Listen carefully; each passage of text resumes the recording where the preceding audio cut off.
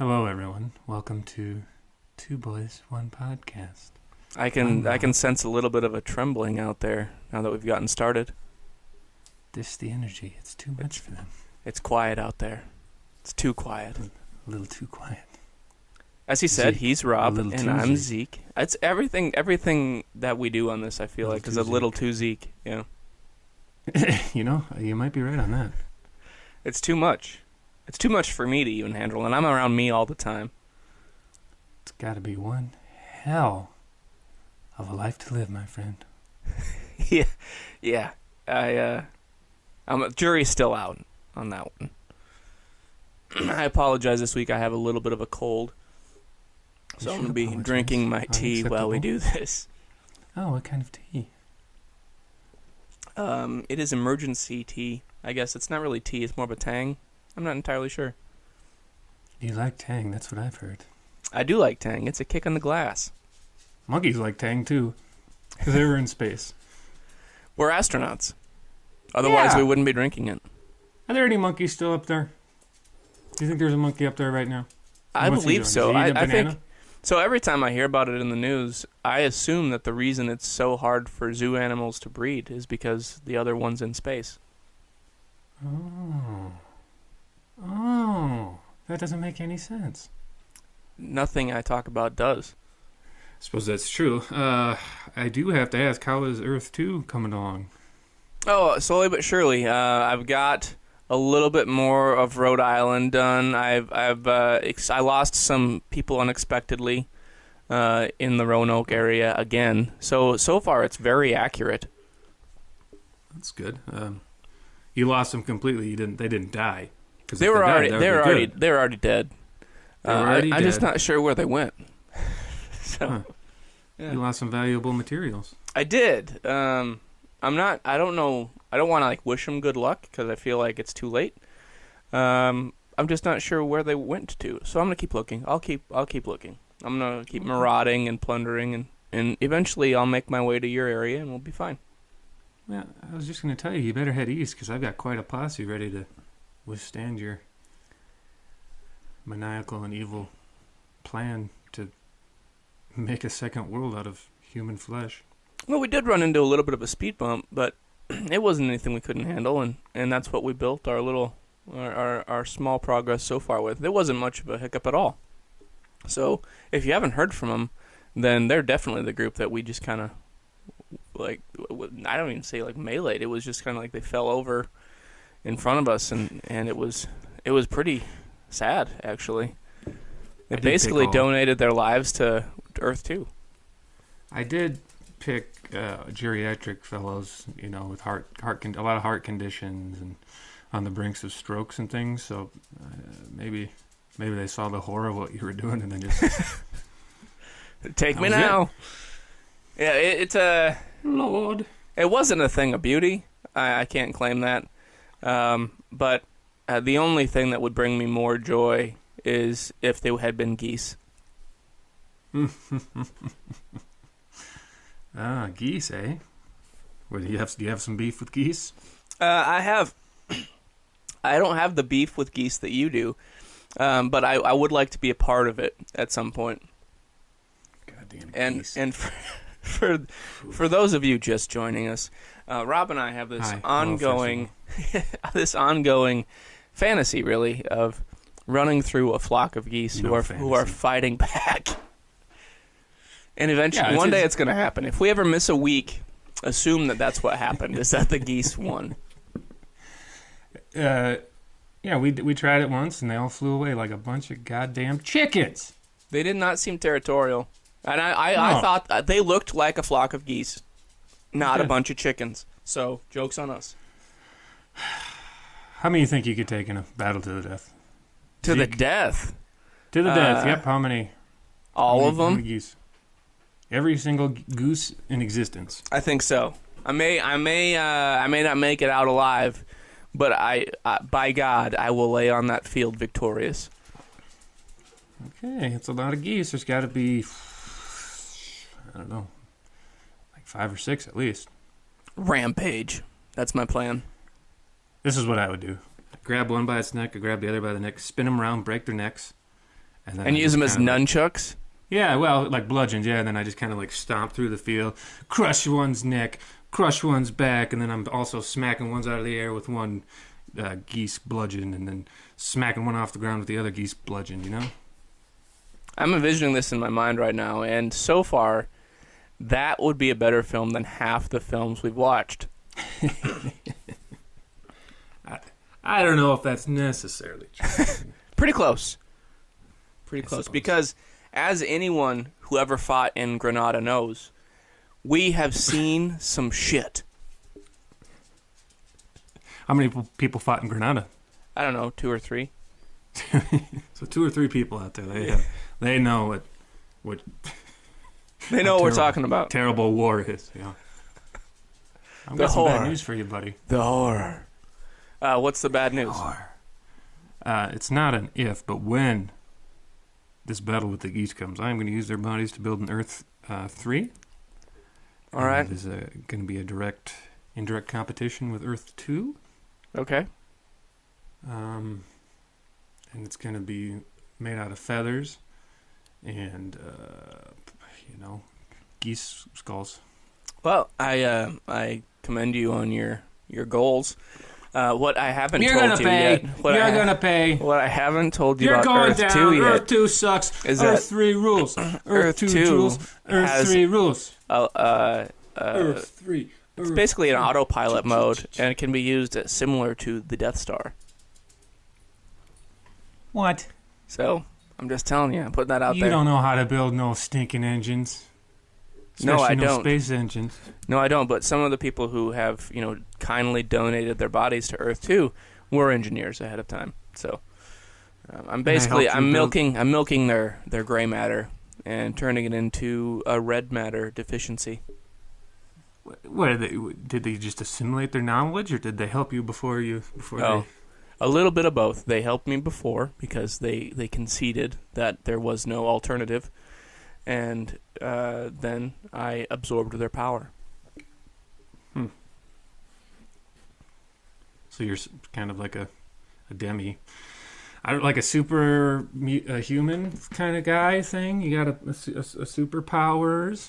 No, there's You nothing got super about me. superpowers? But if you come to Earth 2, you're smarter. That's just all the way. That's all there is to it.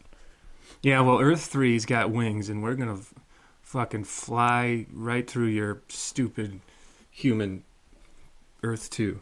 I will never fear man-made wings because I read all They're not about. man-made. I read They're all made- about Icarus when I was They're a made child. by God, dude. Who makes You're wings not- out of wax? you're not God. Who makes wings out You're of not wax? God. You Who don't know. did that? You don't know. Fool. Right, his wings were made out of wax, right? They were. And what I'm a little confused by about that whole concept is the closer you would have to fly out of the stratosphere and into space to get closer to the sun. But the higher you go, the colder it gets. So he should have been right. fine. I was just gonna say, I think just the ambient temperature of a summer day would probably melt him. I mean, maybe not super quick, but Stupid. I think that he just fell out of the tower, and his dad was like, "You're a dumbass." And so then he thought, the wings melted. We'll just try to make it seem like he was disobedient instead of an idiot. there's probably some guy high and open who's like, "Whoa, cool, man! I'm gonna write a kick-ass story about that, man." For sure. Yeah, because evidently Jeff Bridges was the father. The dude. Yep, he was the dude. The dude that made the wings.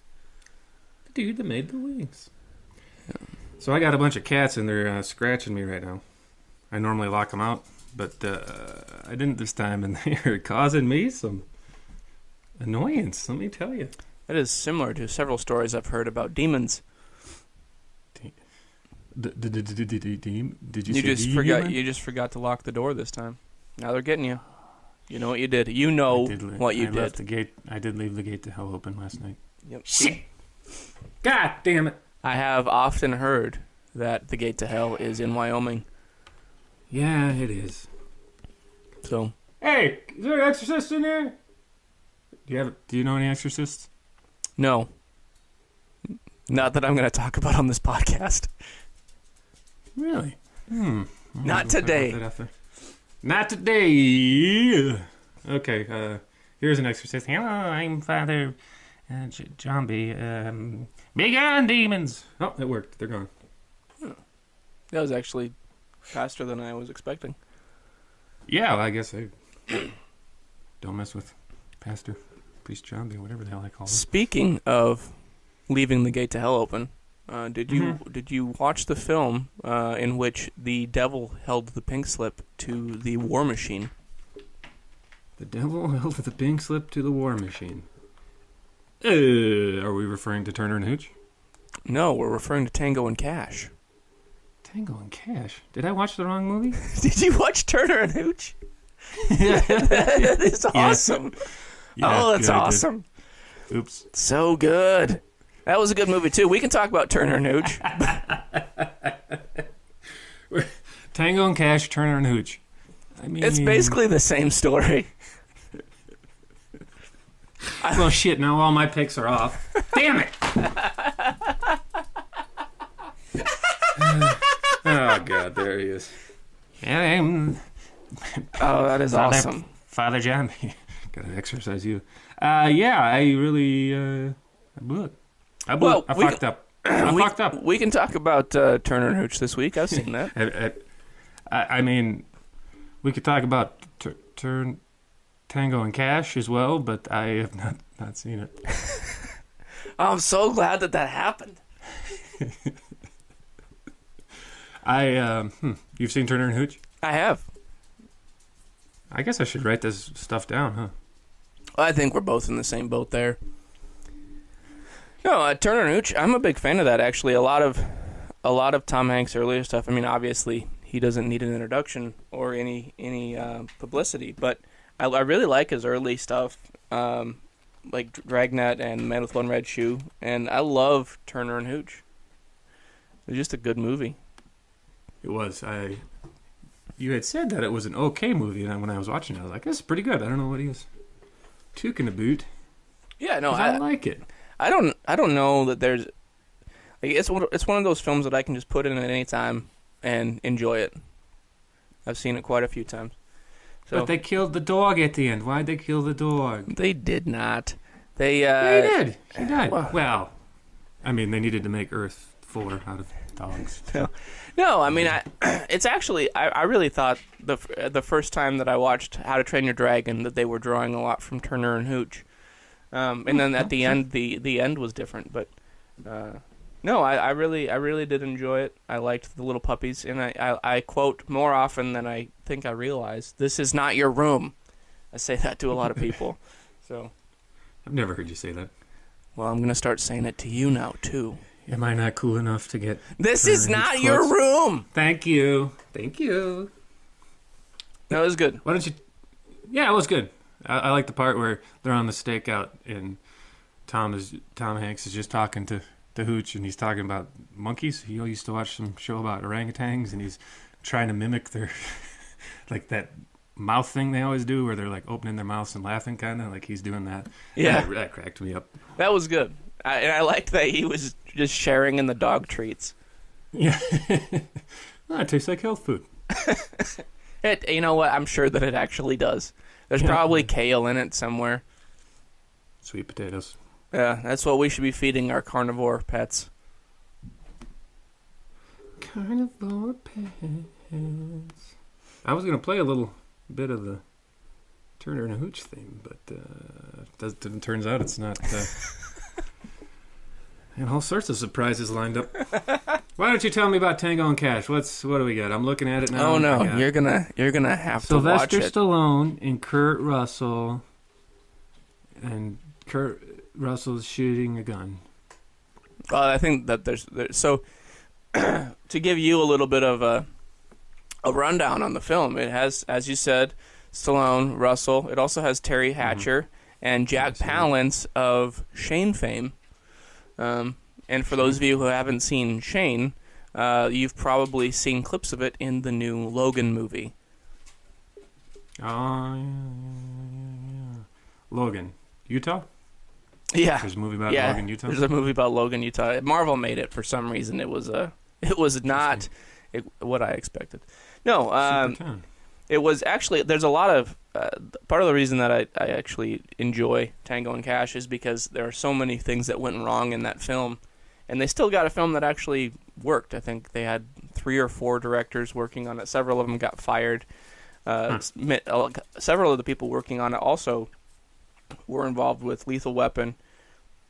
I think one of the co-writers who didn't take credit, or one of the rewriters who didn't take credit, wrote 2 of the Lethal Weapon movies, and then somebody else working on it had worked on some of the Die Hard films.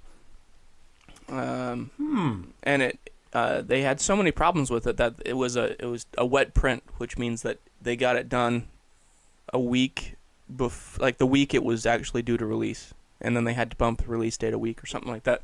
So there were a lot of problems with it, and still they got a film out of it, and it's a fun movie. How is Roy Brocksmith in it? I see he plays Federal Agent Davis. Is he a pretty good performance? Yes, one of the best I've seen from him. I thought so. He's pretty good. Yeah. Well, I know him. I know him very well, and he's in such things as Arachnophobia and Hudsucker Proxy, Total Recall, that sort of thing. Oh, sure. Well, I was gonna part of my planned segment was to ask you if you had caught the performance of our previous actress, the naked lady from They Live, but we won't talk about that. Unfortunately, we did not. Yeah, boy. So. I do have one small bone to pick with you, regardless of the big bone you could pick with me. So, you know that I normally get my movies from iTunes, but I was told that if you do Amazon, you get all sorts of little trivia bits and what have you. Mm-hmm. Well, I rented Tango. You rented Turner and Hooch, excuse me, from Amazon, and I didn't see any little tidbits. Where were you watching? Facts. In my room. On a television? It was my room. I was on a computer. So I guess I haven't tried to do it on. I think it would still work on the computer because there's a little on the top left. What the hell have you been watching it on? My Kindle, but there's a little thing on the top left of the screen that says X-ray, and that's what gives you all the little tidbits and actors and trivia and goofs and all that stuff. So mistakes that they made during production. So if you take a look at it on the top left of your screen and just click that on your laptop or desktop, whatever you are using, I think it will work. I guess it doesn't work on a laptop. Well, then I guess I'll stop giving you notes on what you should watch it on next. Good. Thank you. I got a bone to pick with laptops, too. Who puts them on their laps? It burns your damn thighs and your balls. No one wants burned thigh balls. I don't think you're supposed to set it on your lap. And why is it called a laptop? So, is it a laptop or is it a laptop? I'm confused. Laptop? Get the hell out of here. It's laptop. Laptop. So I think that they made it. You're a buffoon. I think that they made it. You're a buffoon. Before they realized that, setting it on your thighs and your genitals for hours at a time can give you cancer. I don't think that was a well-planned slogan. No, I don't think it was. Yeah. But I don't have sperms. I don't have sperms anymore. Just cooked them right out, huh? Cooked them right out. It's like boiling water in Mexico. What? Oh, because it's so hot that you don't need to do it? Well, no, that's how they get rid of all the parasites in the water. They just boil them out. I mean, you do that in the mountains too, dude. Okay. Quit making fun of Mexican. What do you mean? What do you mean? You do? Why do you do it in the mountains? Isn't that supposed to be where all the pure water comes from? That they just bottle and sell for like $2 now? That's all a fib. You're saying that when you're in the mountain, you still boil it, even though that's what you're buying when you get back to town. Boil it. It's not. What I'm telling you is you boil it, or you get a filter and you filter it out, because they're lying to you, Zeke. It's not straight from the source. Okay. No one lies to me, except you. I was just gonna say, I think you're a really neat fellow. Well, we've gone too far for that now. Granada, man. Can't believe I watched the wrong movie. What am I gonna do? What are we gonna do? What are we gonna do? What are we gonna do? Well, I think we gotta do a 1.5. So, tell you what, because this is kind of what I was expecting to have happen anyway. How were you expecting that to happen? No, I wasn't expecting you to not watch the film. But I think that what I will do this week is I will watch The Thing with Kurt Russell. That's probably what I was going to link it to. That was the only thing off the top of my head I saw from the... And then this next week, you watch, actually, Tango and Cash. And then we'll argue about what direction we take from there. But I want to watch The Thing too. Well, you can watch. Can I watch both? You can watch both. You can watch both, but you have to use 2 different services to rent them from. Oh. Hey, we didn't do the theme song. We better do it just so everybody can, We have a theme song? The glory of it. Yeah, it goes like this. Zeke weep. Zeke weep. Zeke. I'm coming around on it. I liked it this week. Well, I was expecting you to actually just set your headphones down and walk away after that. Finish it on your own. Yeah, you're on your own this one for the rest of this one. It'll just be me talking, like laying back on the floor, ranting about something. You've refrained from it this week. So far, so good. I haven't relapsed yet. So do I? Because my plan was I picked 6 movies and I was going to roll a dice and whatever it landed on, we were going to have to watch. But I suppose I wait till next week. What were the 6? Okay. So, we had Highway to Heaven, and that was because of Etta Rice Merlin, and she played Mrs. Remington. A movie called Stone Cold. Just one, Stone Cold. And that was from Nick Dimitri, who played Casey. I picked all the... like Naked Lady, I was trying to go Naked Lady route, people you wouldn't have recognized. Sure. Magnolia by Jim Beaver. And, of course, I had to pick Jim Beaver because that's funny. Postcards from the Edge, and I should say I have not seen actually any of these except for Magnolia. Anyways, Postcards from the Edge, The Tattletale Corpse, and Flesh Gordon, and that was the one I hoped. Flash Gordon? Flesh Gordon. Yeah, it's apparently some sort of spoof on Flash Gordon. So, in a roundabout way, I think that we can still get back to Turner and Hooch. Next week, maybe? I don't know. I mean, maybe we should just... I guess this was a goof on my end, and then I guess we already talked about Tango and Cash. So I have to watch that, and then we'll do The Thing. That'll be my link, is The Thing, Kurt Russell. How's that work? Suit you? Yeah, so I think we gotta... I'll watch The Thing, you watch The Thing and Tango and Cash, and I will watch Turner and Hooch. Okay. And then somehow, so that we don't break our thread of people to people, we're going to have to connect something to Turner and Hooch to move forward. Right? Well... I suppose we would. You could just link it from The Thing, so The Thing is my pick, and then next week you pick something from The Thing, which... Right, so if I'm going to try to connect something from the Thing to Turner and Hooch. I went through quite a few of these names. I didn't see The Thing in there. Yeah, no, I don't think it is. I think that how we could get there, rather than going. Let's see here. I thought I had a way to do it. I think that there is a way to get from Tango and Cash. So you're on your laptop right now, right? See. So go to the trivia for Tango and Cash, and look at do a search for Die Hard and see who it was from Die Hard that worked on it. whether it was a crew member or a cast member. Because if it was a cast member, then we can get to to Turner and Hooch from Tango and Cash.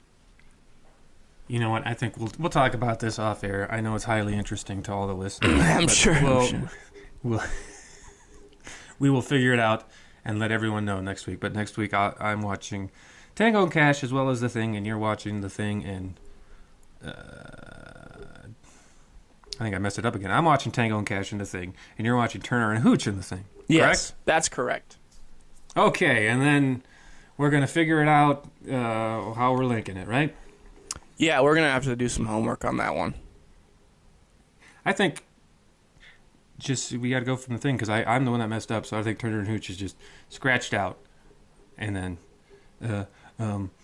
yeah, we'll go to The Thing, and I'll watch Tango and Cash, and then you have to link from The Thing. Okay, we can do that. Does that work, or do you prefer something else? No, that works. We can work with that. But we did get to talk about Turner and Hooch, which is a good movie, and if you haven't seen it, you should watch it. Go and see it. The dog dies at the end. Just say it. This is not your podcast. Is too. Partially. Fine.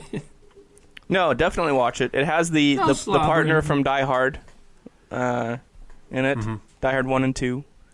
And it's just a fun movie. And the way he was from Family Matters too, right? Oh yeah, Carl Winslow. I hope he makes a comeback and then do Die Hard somehow. Was he in any of the other ones besides the first one? He was in the second one. Was he? You're going to be upset, but I haven't seen... I think I've seen most of the first one, and that's it. When you say most... I mean, I know he's... Okay, so he's having problems with his wife, and then he goes to Takanashi Plaza, and he's crawling through the vents, and it's got Professor Snape, and he's like, oh, hello, I'm a bad guy now. And then Carl Winslow's outside, and he's on the radio. No one believes him. It's Christmas time. Yippee-ki-yay, motherfucker. And then it's over, right?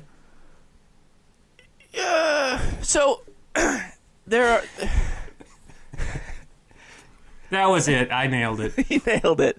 Yeah, so if we're able to keep this going through the holidays, then at some point I'm going to start talking heavily about my 12 Days of Die Hard, because I feel like most people don't watch action movies through the holidays, and they should. So how do you have 12? How many? Die Hard 1 and... There are 5 so far. How do you stretch it into 12? So I start with Die Hard 1 and 2, and then I go to Lethal Weapon, because they're all Christmas movies. And then I will also do Reindeer Games, because that's a Christmas movie. And then I gotta look at my stack, but I get to about 5, and then I just end up watching the rest of Die Hard, adding Lethal Weapon in there, and then finishing out with Casino Royale or Skyfall. Those are Christmas movies too? No, I start with Christmas and then lead on into the rest of the series. But that's how I start every year for the last decade or so. 12 Days of Die Hard. I mean, it's not even... I mean, you got 5 Die Hards. It's not even half of what you want. Math is hard. I don't know what you want from me. I'm just saying you should name it something else. The 12 days of action films that I choose from randomly? That doesn't sound as good. That doesn't sound as good as all. It's the 12 Days of Die Hard. Get on board or get out. What about Silent Night, Lethal Weapon Night? Way better. That's way better. Go with that this year, okay? We'll see. I mean, Christmas is a long ways off. I'm going to do everything I can to forget about that before the time comes around. We're going to end up calling it 12 Days of Die Hard again. Or maybe you could call it... what are the other movies? Well, we could just call it... We could call it 12 Days of Die Hard. And Reindeer Games Days. Or we could just call it Turner and Hooch. From here on out. And that... Turner and Hooch for 12 days. Okay. Mm-hmm. Yeah, 12 days. So I have half that until... Why not Home Alone? Put Home Alone in there. That's an action movie. Home Alone 1 and 2 go in there. They definitely make the cut. What about 3 and 4? No. No. Just no. Elf gets in there. Boo. And then... The Grinch. You love the Grinch. The cartoon one. And then sometimes Sometimes, I haven't seen Krampus, but I do need to. It's good. Sometime I'm going to, after watching Home Alone 1 and 2, I am going to throw in Angels with Dirty Faces. It doesn't. Can you really get it? I own it. Maybe you told me that. That's pretty badass. I own it. Have you watched it? I have not, because I've been waiting until the next time you're around. God, you're such a sweetie. Aren't I? Speaking of sweet things, and how sometimes they get bludgeoned to death, I believe you have a chapter for us this week. Hold on.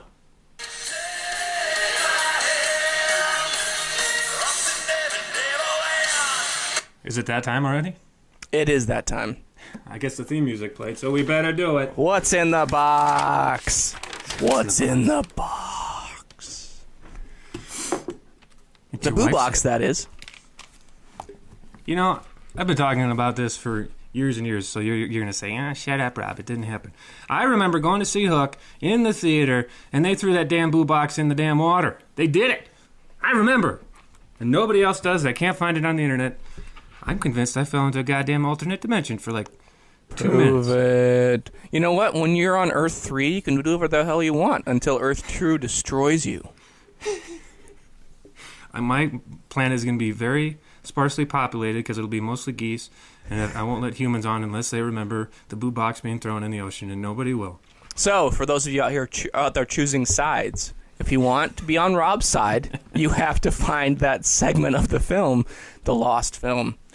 So all you have to do is say yes. I'm not going to fact check you, and let me tell you, it's a lot more comfy laying on goose feathers than a bunch of damn bones of humans. Okay? So you make it sound like they're going to be laying on down, but that's not the case at all. These geese will have been mangled in a giant melee that has really, and I have a logo of this. I'm gonna basically what you're going to be literally like it's going to look like Sheldon with wings from Garfield and Friends. That's your Earth because a little flapping around out there in space. You're on a giant Quidditch, which sounds insane to me that you would ever pick Earth 3 over Earth 2. Yours is going to look like a giant skull, and even though it looks cool, it's not going to be comfy because even broken feathers are still feathers, and they're a lot more comfortable than a goddamn femur, man. Okay? I don't think so, Tim. I don't use any of the except for I said goose skulls. I use the skulls, but those are for decoration. Everything else is all feathers. No bones allowed. Okay? What do you do with the bones? Okay? What do you do with the bones? I throw them into space. You're in space. I know. Urine space. Hey, that must be what your protective layer is made of, is urine. So that means you got to go through urine before you get onto your boneless island. It's a ring. It's a ring of bones like Saturn. That's what happens. That's what I do with the bones. A ring of bones and urine. Because you're in space. I got a quick question for you. Make it quick. If you're American when you go in the bathroom, and you're American when you come out of the bathroom, what are you when you're in the bathroom? You're in space. You're in space. You're in space. No, that's not it. Europe. Shit. European. Oh, that's a European. But no, really, you're in space. Look, everybody come to Earth 3, Earth 2. It's a joke. It's a real fucking joke. He's murdering human beings. You don't want to be part of that, okay? I don't murder nobody. Well, whatever. He's still using human bodies. So you know what? You fall off a ravine. He's using your body. You have a heart attack. He's using your body. You know, you get murdered. Body. There's not enough space for him here on Earth 1. They're digging 3 whole trenches now instead of 6. And then when places flood, then the bodies float away. The bodies float away. Bodies float. See, I'm just doing everybody a favor. Here on Earth 3, the ground is made out of goose feathers. It's very comfortable. You walk and you have a spring to your step. So far, as big of a train wreck as this episode has been, it's still better than... No idea what you're talking about. It's still better than any of the garbage you're washing on any of the Earths from Flash, the TV show. Because I do love me some Flash, but that storyline is garbage. So what you're listening to here is ahead of the curve. I heard this man with the iron hand, or what's he? That Iron Hand man? Iron Fist? Yeah, and it looks like it's Laurel, Sir Laurel. Is that who it is? Knight of the Flowers? Is that who it is? Oh, Loris. Is that who? Loris. Is that him? Does he have Iron Hand, man? I have not seen that show yet. I know that it's bad. I heard it was bad. Yeah, I have not seen it, so I cannot jump in that pool yet. Flash is on Earth too. I just read it in the newspaper. It's a terrible show. He's a terrible person. The Flash is on Earth 1, 2, and 3 simultaneously. No, he's not. No, he's not allowed. I've got a field that stops him. No Flash is allowed. Invented one. Yep. All right. So for all of you who are still listening this week, the number to call is 555 screw you. And if you want to meet in person, or 555 screw me. No, that you need the screw me 1. Is that how it would work? The number 1? I don't quite know. But we'd like to thank you for sticking with us while Rob puts himself in the boo box while he reads his chapter this week. Is that a hint you want me to read? Well, we already did the intro. I thought that. All right. I was actually trying to cue it up again to play it again, but all right, play it again. I can't do it. Play it again. I can't. Play it again, Rob. Here it is. Play it again. Okay, that's all we can play, or we'll get sued. I'm leaning back. Okay.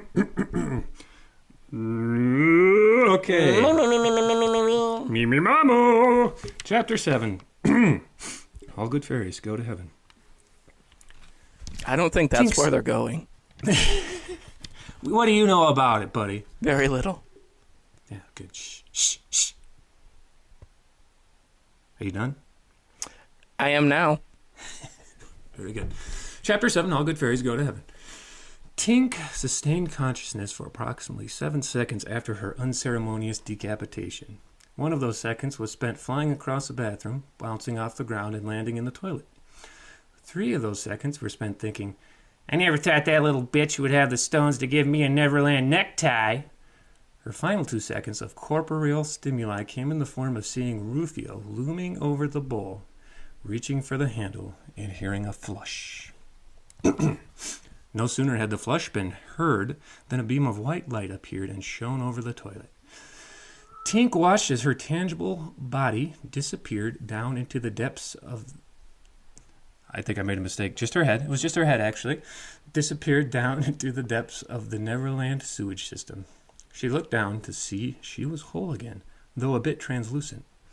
Now I'll show that lost boy, bitch, Tink exclaimed as she drew her little sword. This was to no avail, however, for no matter how hard she tried, she could not break free from the power of the light. Fucking thing must be a tractor beam, she thought as she stopped her struggle and continued her journey to meet her maker. It was a pretty trippy ride, too. Lots of lights, stars, shitty church music, all that crap. Anyways, Tink started to see some of her favorite people from her life that had perished. There was Tywin Lannister, Lancel Lannister, Bobby Baratheon, Joffrey Baratheon, Tommen Baratheon, Marcel Baratheon. Tink took a second and said, You're all a bunch of incestuous freaks, you freaks.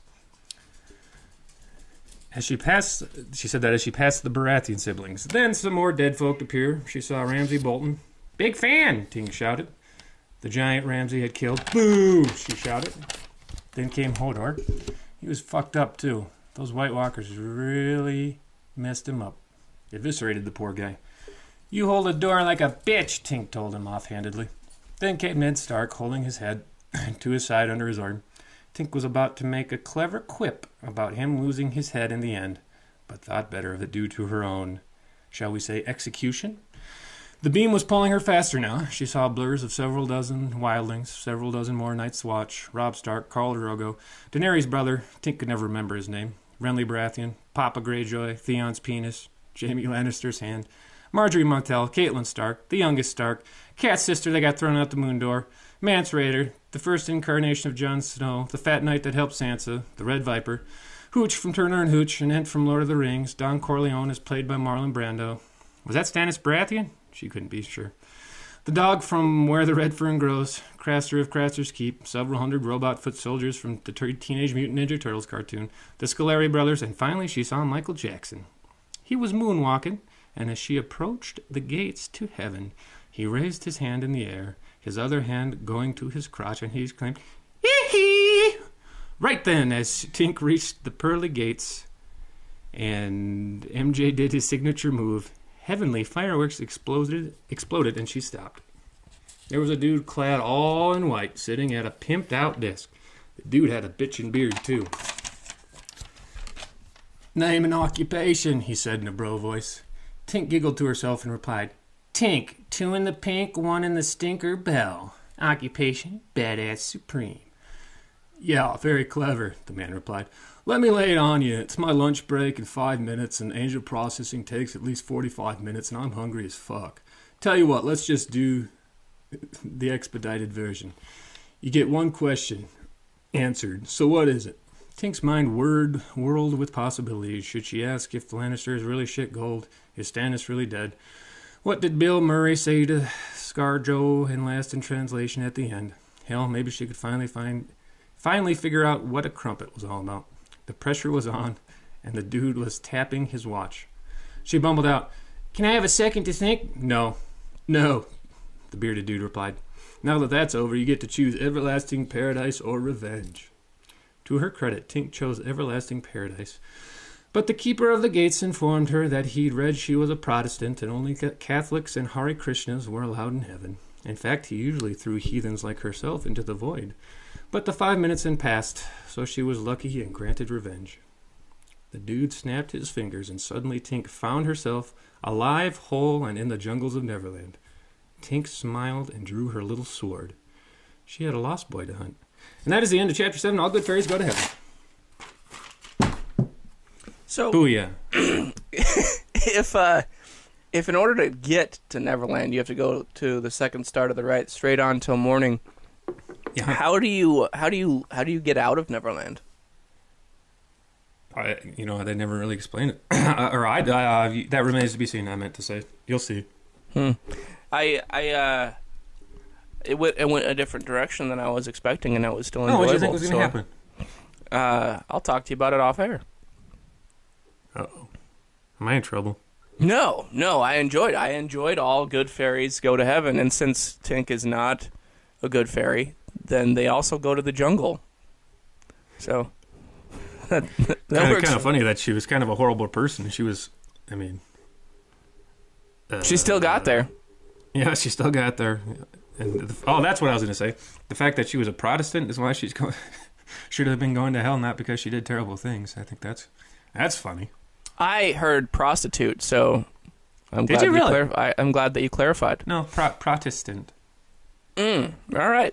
Well, then one more. I am one more question. Yeah. If her body became translucent going down the toilet, what happened to her other body? That's what I messed up. I think her head went down the toilet and her body is still laying in the bathroom. Okay. And then also, what have the Romans ever done for you? The aqueducts. So evidently they were in Neverland too. Are there aqueducts in Neverland? I don't know if there's an aqueduct, but they got plumbing. I mean, good for them. No, that's true. Yeah, you're right. Nailed it. Man, this story is just probably the best. I'll probably get a Pulitzer. And a Peace Prize, I'm sure. Oh, you know what I'm going to do with that $1 million? What? Well, how much is it? $1 million? Do you really get paid? You get the prize and you get paid? Yeah, they could get $1 million. All right. Well, good for them. I'm going, to continue your research, or it's like, hey, nice job, slap on the back, here's $1 million. It's all in ones, and they just throw it in your face. I want that. Anyways, I'm going to buy 500,000 tacos. I'm going to buy 500,000 tacos. What kind of tacos are you buying that they cost $2? Really good ones. I mean, Taco Tuesday, man. They're like 83 cents.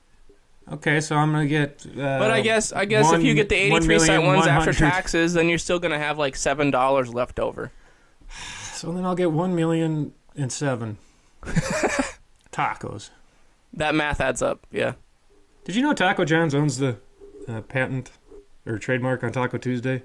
Do they really? Nobody else can. Yeah, and they'll sue your pants off of anyone who uses it. Well, then we better not have a taco stand. Come on down to Two Boys, One Podcast Taco. I didn't say it, Taco Jones. I didn't say it. We're gonna stick with taquito burritos. Taquito burrito.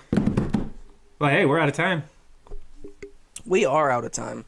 So thank you for sticking with us this week. Yeah, it's all my fault.